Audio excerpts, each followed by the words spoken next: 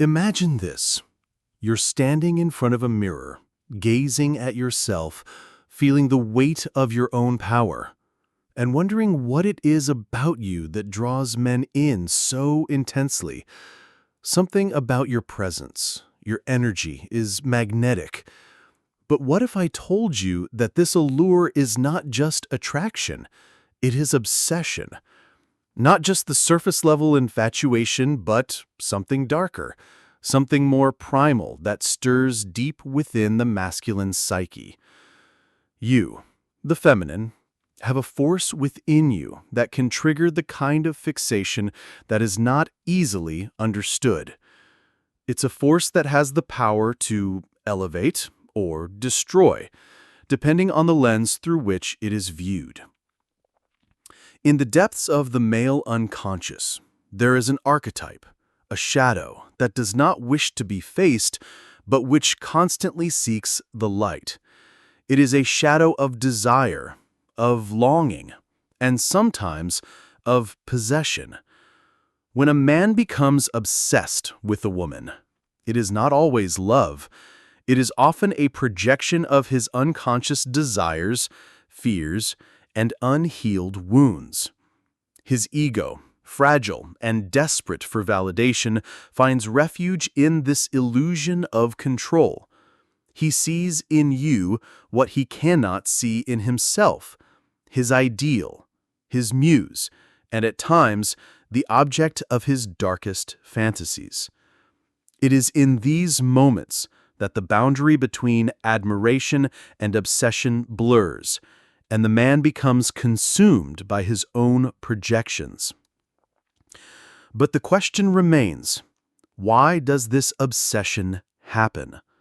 Why do some men fall into this destructive pattern, and how does the feminine energy play a role in it? At the core of male obsession lies an unconscious fear. The fear of abandonment. Beneath the surface of every man, even the most stoic, there exists a wound, often unacknowledged, that is rooted in his childhood experiences.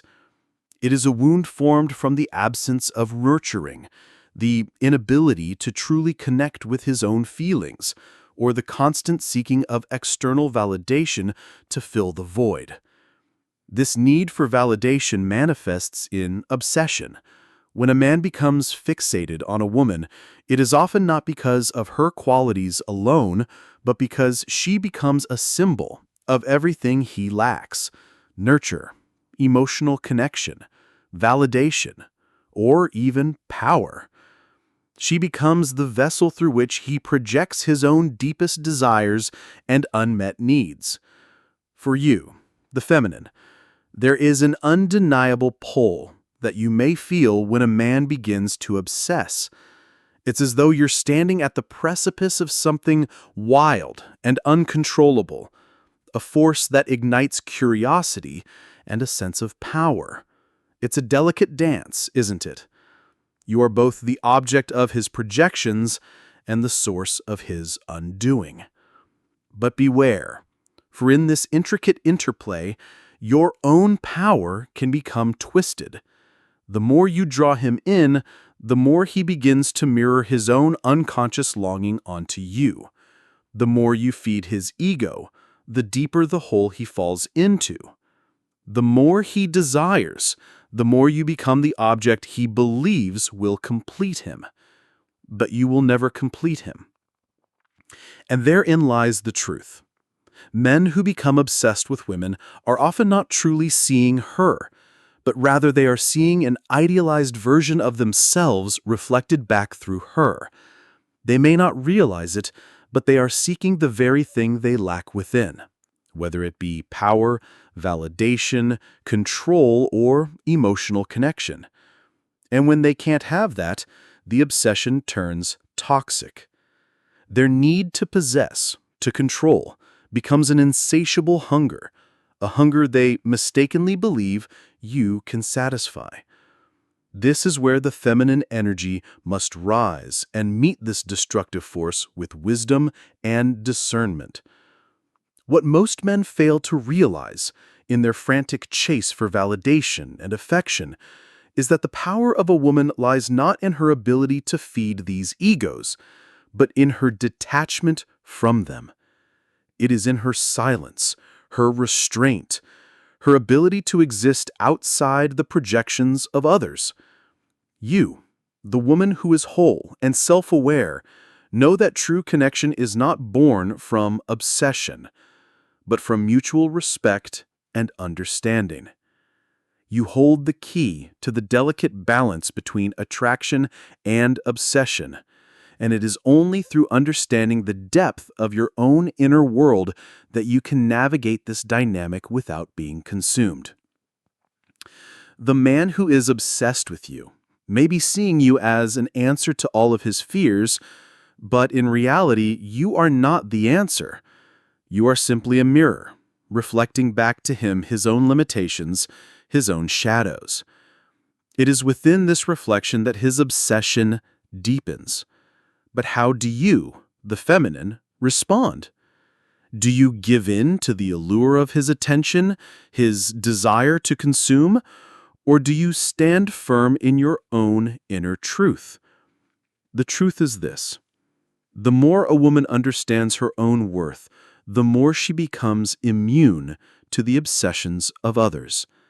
The power of detachment lies not in avoiding connection, but in understanding that true connection can never be born out of need or obsession. It is born out of respect for the self, out of recognition of the individual journey each person must take to heal, grow, and find wholeness. So, the next time a man becomes obsessed with you, ask yourself, is he in love with the real me, or is he in love with the projection of what he believes I can give him? You, the woman who knows her worth, will recognize the difference. And in recognizing it, you will choose whether or not to step into the role he has cast you in. As the obsession deepens, the lines between what is real and what is projected become even more blurred. The man, now entangled in his own desires, will begin to react to you not as you truly are, but as he desperately wants you to be. You will become his fantasy, a creation of his unconscious mind, an idealized image built from a web of his own insecurities, fears, and longings. This is the heart of male obsession. He believes that in you he finds not just love, but salvation. He believes that by possessing you, he can finally heal the wounds that have haunted him for years. Yet, he is not seeking the woman, you, the real you, but rather a projection of his own neediness, his own desire to be whole. But what happens when the feminine power within you rises up against this distorted perception? What happens when you refuse to be the object of his fantasies and instead choose to stand in your own power, unshaken by his projections? The moment a woman decides not to participate in a man's obsession, something extraordinary occurs. It is not just a shift in the dynamic between them, it is a cosmic shift that reveals the truth of the situation. The man, now entangled in his own desires, will begin to react to you not as you truly are, but as he desperately wants you to be. He will become his fantasy, a creation of his unconscious mind, an idealized image built from a web of his own insecurities, fears, and longings. This is where the archetypal shadow work comes into play. Jung spoke of the shadow as the unconscious part of the psyche, the aspects of ourselves that we reject, hide, or deny. These parts, when projected onto others, can lead to distorted relationships, as one person becomes the mirror for the other's unacknowledged desires. In the case of obsession, the man projects his shadow onto you, seeking to fill the emptiness within himself through you. But the moment you choose to detach, to no longer feed his projections, you mirror the power of the shadow itself. You reflect back his need to heal, his need to confront his own darkness, rather than continue in the dance of obsession. The feminine's role here is not to save him. It is not to fix him or fill the emptiness that lies within him. The woman who understands her own worth understands that no one can fill another's void. She knows that true power lies not in the ability to attract and consume, but in the ability to walk away when necessary. She knows that to be loved is not the same as being possessed, and that love, true love, is a partnership, not a pursuit of dominance. But how many times has this dynamic played out in your life? How many times have you been the object of someone's obsession only to feel trapped by their projections? How many times has a man sought to possess you, not because he loved you, but because he needed to validate his own worth through you? The truth is, we've all been there. And in those moments, the challenge lies in recognizing the difference between genuine connection and ego-driven desire. It is here that the teachings of Stoic philosophers like Marcus Aurelius, Seneca, and Epictetus can offer insight into how to maintain emotional clarity and detachment in the face of such overwhelming intensity. Stoicism teaches that true power lies not in the external validation of others, but in the mastery of one's own mind and emotions. The Stoic woman understands that people and situations will always be beyond her control, and that the only thing she can control is how she responds. To the Stoic woman, obsession is simply noise, a distraction that must be filtered out in order to remain true to herself. She does not seek validation from the outside world, nor does she give her energy away to those who seek to control or possess her. She stands firm in her own sovereignty. This is the power of the feminine in its purest form. When a woman learns to detach from external validation, to release herself from the grip of male obsession, she steps into her own inner strength. She recognizes that her worth is not determined by the attention she receives or the projections of others, but by the truth she holds within herself. And in this recognition, she becomes untouchable. Not because she is untouchable in the physical sense, but because she has transcended the need for validation altogether. You, the woman who knows her worth, understands this on a visceral level. You have felt the pull of obsession before, and perhaps for a time it was intoxicating. But you also know that this power, while seductive, is hollow. It feeds the ego, not the soul. And so, you let go. You release the need to be possessed, to be seen as the object of someone's projection, and in doing so, you free yourself. You free yourself to be the full, unapologetic version of who you are, without the need for approval or acceptance. When you stand in your own truth, you become a mirror for others to reflect their own darkness. But this is not your burden to carry. You are not here to heal their wounds or fix their projections. You are here to heal your own, to walk your own path, and to embrace the fullness of your own power. And in that power, you are both untouchable and magnetic, because true attraction is born not from obsession, but from authenticity. And yet, as the cycle of obsession continues to unfold, there is something profoundly revealing about the way men react when their projections are met with detachment. In the absence of the validation they crave, the man becomes faced with his own inner void, a chasm that can no longer be filled with the illusions he has created. His obsession, once a driving force, begins to unravel as the grip of his need tightens. It is in this moment that the real battle begins, not with you, but with himself. For a man caught in obsession, there is an unconscious belief that his worth is somehow linked to the woman he desires. He seeks possession not only of her body, but of her essence. He believes that by securing her, he secures a sense of value, a validation that affirms his own existence. He believes that the act of having her will somehow complete him, fill the emptiness he cannot name.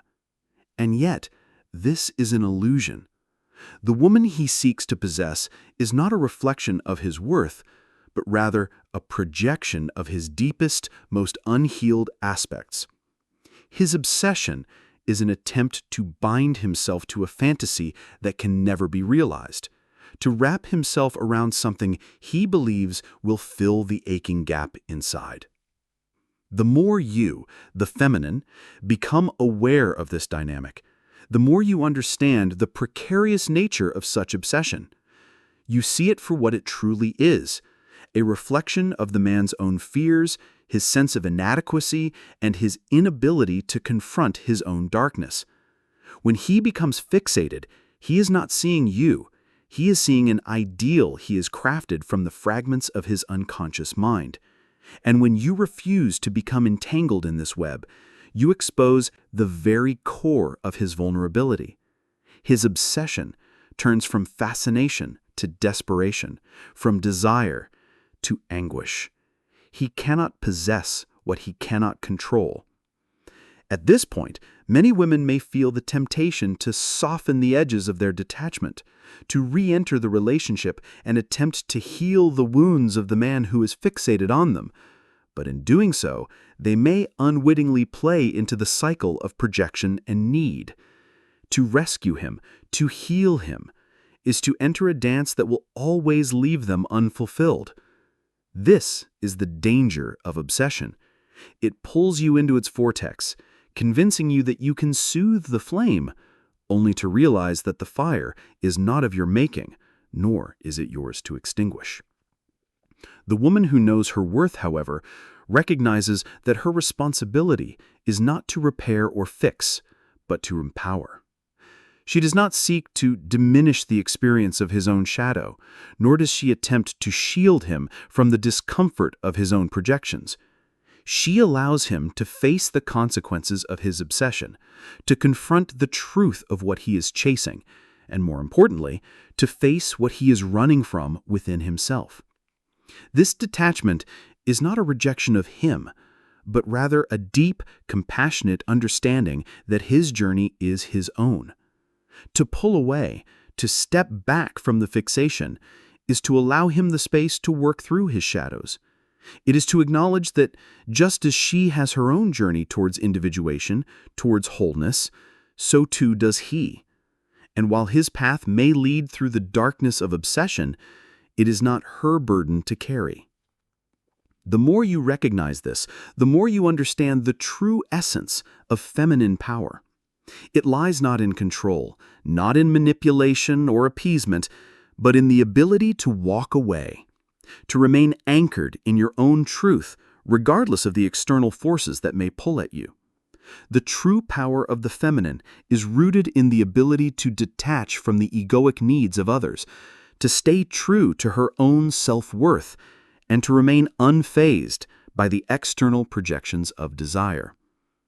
When a woman learns to detach in this way, she transforms from an object of obsession into a force of nature, untouchable and free. She becomes a mirror for the man's own journey, reflecting back to him the parts of himself he must confront in order to grow. In doing so, she no longer feeds the hunger of obsession, but instead empowers him to face the truth of his own darkness. But let us not be mistaken. This is not a rejection of love. It is not an absence of desire or attraction. The woman who understands her worth understands the importance of authentic, mutual connection. She knows that love, when it is real, cannot thrive in the soil of obsession. Love is a garden that must be tended with care, respect, and reciprocity. It cannot bloom in the shadows of one-sided projections or the suffocating grip of need. And so she steps away, not because she does not love, but because she loves herself enough to know that love cannot thrive in the absence of self-respect. In her silence, in her detachment, she allows the space for the man to see himself clearly, to confront the parts of himself that have been hidden in the shadows of obsession. She does not need to be the healer, for she is whole within herself. Her detachment is not cruelty, it is liberation, both for herself and for him. And in this freedom, she becomes more than a mere object of desire. She becomes a woman of such depth and strength that her presence cannot be defined by the needs of others. She is not a projection. She is not a shadow. She is the light in her own right. As the obsession wanes, the man is left with the remnants of his projections, scattered and fragile. He looks around, desperately searching for someone or something to fill the void left in his heart, but the truth begins to settle in. The object of his obsession is not the key to his salvation. In this painful reckoning, he faces the collapse of the illusion he built. His desire to possess, to control, was never truly about you. It was about his need to escape the parts of himself he could not confront. And in the absence of your validation, in the silence that you have maintained, he is forced to see the depth of his own emptiness. This is the moment of transformation, the turning point in the story where the obsession transforms into something far more profound if the man chooses to engage with it. He must either remain in his broken projection or confront the darkness within that has been mirroring itself through you.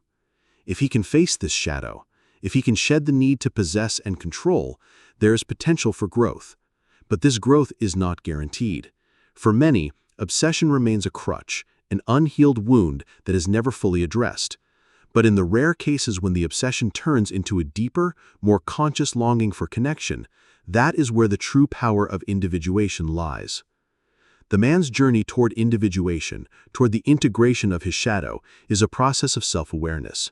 It is a journey that can only be undertaken if he recognizes that his obsession with the woman is merely a reflection of his own unconscious. The obsession fades when he becomes willing to face the parts of himself he has hidden away, the vulnerability, the fear, the need for validation. But this journey requires a deep, sometimes painful introspection that few men are willing to undertake. For many, it is easier to cling to the illusion of possession, of external validation, than it is to face the truth within.